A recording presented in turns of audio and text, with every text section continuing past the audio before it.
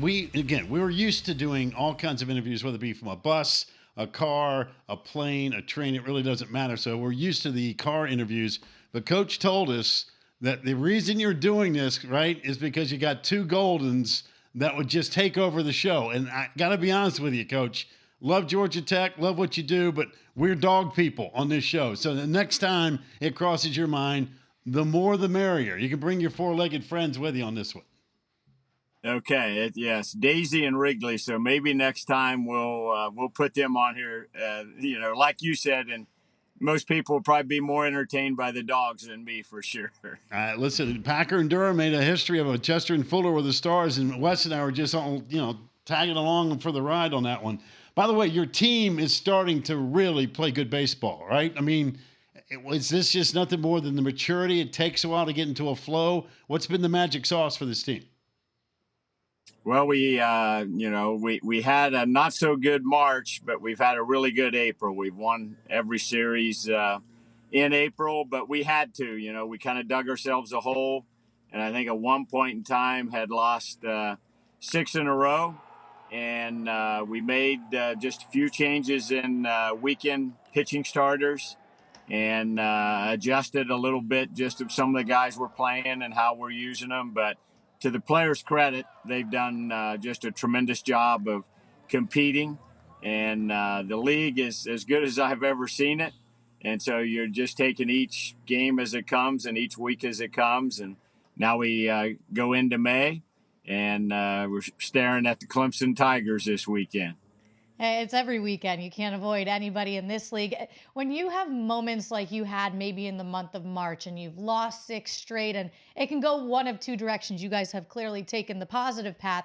Who are the guys on your team? Because I know you have some really young guys and you have a lot of transfers too that have helped this team rally, really brought everyone together. Because you as coach can do a lot, but it's also on your players and the leaders on your team to carry that message in the dugout too. Probably one of the biggest things that happened was John Giesler missed most of March with an injury. And when we got him back, it just lengthened our whole lineup. But he was our only really position player coming back from last year's team, and had a great year for us last year. He's a captain. So to get him back in the lineup, it kind of lengthened the lineup.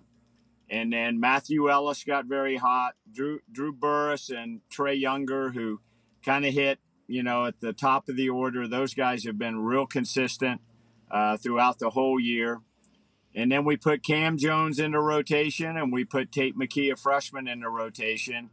And that has worked out really good for us. So I always credit the players.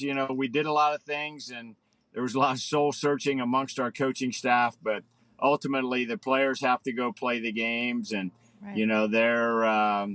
They're very determined to keep playing well, but probably the biggest thing I think was Giesler going in, changing the rotation a little bit. Our defense has really been good, and then we've played very competitive. Coach, it's one thing to turn things around, but to have so many young guys have an impact. You mentioned Drew Bures, who's been nothing short of sensational. Listen, you have been a part of some unbelievable players at Georgia Tech. What is it about this Drew Bures? I mean, he just pounds everything that comes inside. I mean, you get a chance to see this guy every single day. What makes him so special? Well, first of all, he's a great kid, and I've kind of told this story. He pulled me aside either right before finals first semester or in January, and he had a really good first semester here at Georgia Tech. And he told me, he goes, I think I'm going to graduate in 3 years. And so I'm in my 31st year. We've had some great players, some great students, but we've never had anybody graduate in 3 years. So he's kind of a guy that's got his head on his shoulders. You never know if he's had a good day or a bad day. His attitude is the same every day. He's just got a high baseball IQ. He's got a high motor. His teammates love him, and he's, oh, by the way, he's a really, really good baseball player. So we're very fortunate that we got him, but we're going to cherish him for 3 years here, and he's been definitely a mainstay, for our team. and just a joy to be around every day. Mhm. Danny, did you get a sense that he can have this kind of impact in his first year? I mean, obviously you saw him say he's got great talent and he can help us, but did you think he'd have this kind of impact? Because I mean, the numbers he's putting up are unbelievable. Packy didn't hit a home run all fall for us, so it was just one of those where you could have never predicted that this was going to happen. But you knew it was in there. I mean, he was a prolific home run hitter in high school baseball here in Georgia, which is really good. So we knew it was in there. And then kind of January and February, you could see it coming. And then the season started, and I mean, he just hit the ground running and has never looked back. And I don't know if you saw the video of the home run he hit yesterday, but Yeah. totally on his front foot, probably totally fooled a little bit on the pitch and just kind of golfed it out of the ballpark. So he can do special things. He's made some tremendous defensive plays, which kind of goes unnoticed. And, and so like I said, we're happy he's on our side. Yeah, we have a segment every Monday, and we'll do it later today, called Best of the Weekend. And I think Drew is on it literally every Monday, doing something absolutely insane, whether it be fielding or whether it be at the plate. He's been great all season and really fun for us to watch. You mentioned the 31 years you've been in Atlanta coaching, and you've had great teams, and every team is a little bit different identity-wise. How would you describe the identity of this particular team that you says has been through a lot and is kind of a mishmash of really young guys, transfers, and a couple of mainstays? This is the most different team that I've had, since I've been here. Like, generally, our model has always been recruit freshmen, develop them, play them right away. And by the time they're juniors, they're really, really good, hopefully. And a lot of those guys get drafted and have gone on to play professional baseball and made it to the major leagues. But this team is way different. We had 12 transfers, which is a lot. We had a pretty big incoming freshman class. But when we kind of ended our year last year in the ACC tournament, we knew we had to get pretty active in the transfer portal. And my coaching staff just did a tremendous job of identifying players. And, some of these guys that came in here, Trey Younger, Cam Jones, Matthew Ellis, Mike Bichetti, those guys have come in and just been good people. You always worry about how are the freshmen and how are the older returning guys that have been in the program for 3 or 4 years, how are they going to react to a bunch of transfers coming. But it's been a really good mesh from the get-go. These guys, I think, enjoy being at Georgia Tech. They enjoy each other, and they love just competing day in and day out to try to help us win. Coach, you talked about how good the league is. I don't need to remind you what the schedule looks like coming up. Clemson, Duke, Florida State. I mean, the latest rankings came out. All three of those dudes are sitting there in the top 10. But again, that's why you sign up to play at Georgia Tech and play in the ACC. You're going to see great competition. And again, here's the schedule. And I know you're probably ready to just put the car in reverse and go see the dogs as opposed to talk to me about all this stuff.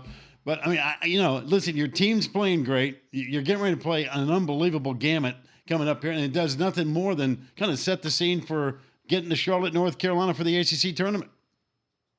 No question, and we even looked at it probably when we were sitting there at 3-6, like, okay, here's who we have left to play. And you certainly look at, we had Virginia Tech in there who was ranked. We had Miami just this past, weekend. We had to go to Virginia the weekend prior. And just definitely, it's every week, doesn't matter who it is. They have all got good players. There's great coaches, great support. And, but yeah, the three that, we're staring at are all ranked high and deservedly so. Like, they've got great teams, great coaches, and, and that's just, it's great for the ACC. Coach, as you get ready to head back to your dogs tonight, do you take what is your nightly routine with the pups? Do you take long walk? Do you do the backyard thing with them? How does this work? I always walk them first thing in the morning. I'm the morning walker before I hit the good old Atlanta traffic. So I'll take them on a walk, and usually in the evening there's another one somewhere. Just depends on what my schedule is. This time of year, sometimes it's hard for me to get with them in the evening. But as most Labrador retrievers are, if I'm in the house, they're going to be pretty close to my side and not let me out of their sight. Amen. Yeah, that's how it works. I understand how that works entirely. In fact, I'm surprised that we don't have him riding shotgun heading over for a puppuccino. There's Fuller right there. He's exhausted. He's like, man, can you believe that Danny Hall doesn't put his dogs on the show? Come on, Coach. You got to pick up the pace a little bit. I can't be the only four-legged friend on the show. Man, bring the pups the next time. There he is. All right. Fuller looks a little bit like Wrigley. Wrigley's a black lab, and Daisy's kind of a reddish lab, female, obviously. And but they're great dogs and great company. They are. There's no doubt about that. By the way, I every time we've had you on, I always bring up Joey Bart as a San Francisco Giants. Now we trade him to Pittsburgh, and lo and behold, he's killing my Giants over the weekend. I was so mad. I'm like, man, next time when Danny Hall's on here, then I see you're on the show Monday. I'm like, this is perfect. Joey Bart's come back to haunt me, for crying out loud. No, I don't know about that. You know, they got a good guy in Patrick Bailey, another ACC NC guy. State. Yeah. I know when they drafted him, I probably like, why are they drafting Patrick Bailey? But obviously they were a lot smarter than I was. And I was kind of reminded of that this weekend when the Atlanta Falcons took Michael Penix in the draft. I'm like, They just paid a lot of money for a quarterback, and now they're drafting a guy. But, you know, I think the change of scenery to Pittsburgh, where Joey has family there, I think it's probably been good for him. And obviously Patrick Bailey's a great player, and it's good for the ACC. There's a lot of ACC players that are playing Major League Baseball right now. You're right about that. Well, listen, best of luck. Stay healthy. We look forward to seeing you down the road here. And again, I know the schedule's brutal, but man, you guys are playing great. Terrific pitching. Bures is a must-watch guy. Your defense is out of sight. You're winning a bunch of games. Life is good. So we wish you the very best, Coach. Thank you, Pac. Thank you, Taylor.